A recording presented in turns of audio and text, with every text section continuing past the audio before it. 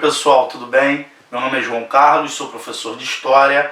A nossa conversa de hoje é sobre a Revolução Gloriosa, episódio 3 das Revoluções Inglesas. Antes de falar sobre a Revolução Gloriosa, primeiro é necessário comentar sobre a restauração monárquica. Professor, e o que foi a restauração monárquica? Oliver Cromwell, através do seu governo autoritário, desagradou vários setores da sociedade inglesa.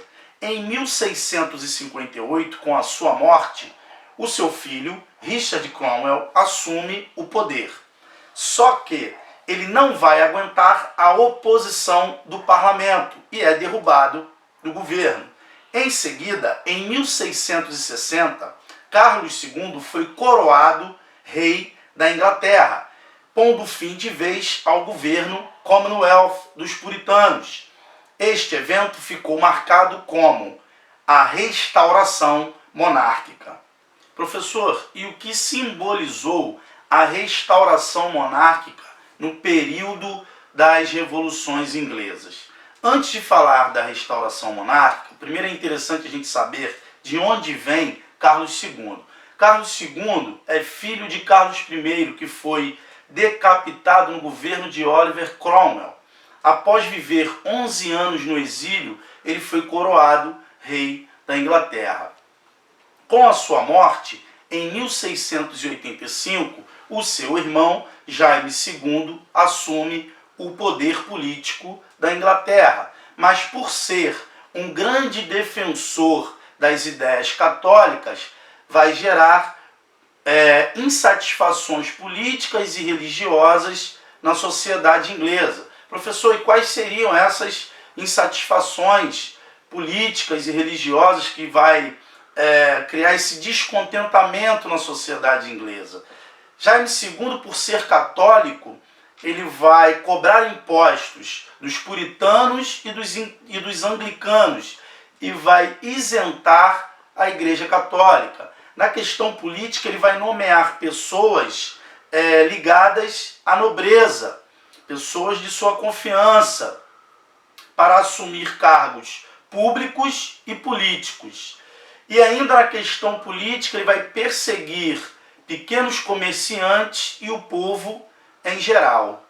Professor, então podemos afirmar que Jaime II foi mais um rei absolutista, mais um rei autoritário dentro desse período das revoluções inglesas? Sim, basta a gente analisar a perseguição religiosa e política que ele vai impor aos protestantes e aos seus opositores políticos.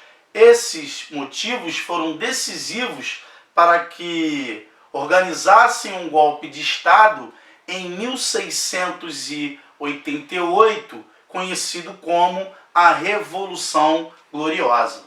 Professor, e como se deu a Revolução Gloriosa? A Revolução Gloriosa recebeu esse nome justamente porque, para os padrões da época, não houve um excessivo derramamento de sangue na deposição de Jaime II do trono. Professor, e como ocorre a deposição de Jaime II? A retirada de Jaime II é marcada pela presença, pela participação efetiva do parlamento. O parlamento inglês, mais uma vez, preocupado com o autoritarismo muito presente dentro desse período das revoluções inglesas, estabelece uma aliança com Guilherme de Orange, rei da Holanda, para ser o monarca da Inglaterra. Professor, e era possível um rei assumir outro trono?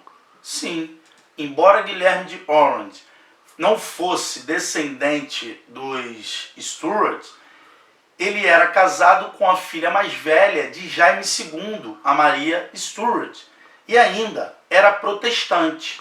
Com isso, o parlamento vai montar uma monarquia parlamentar liberal.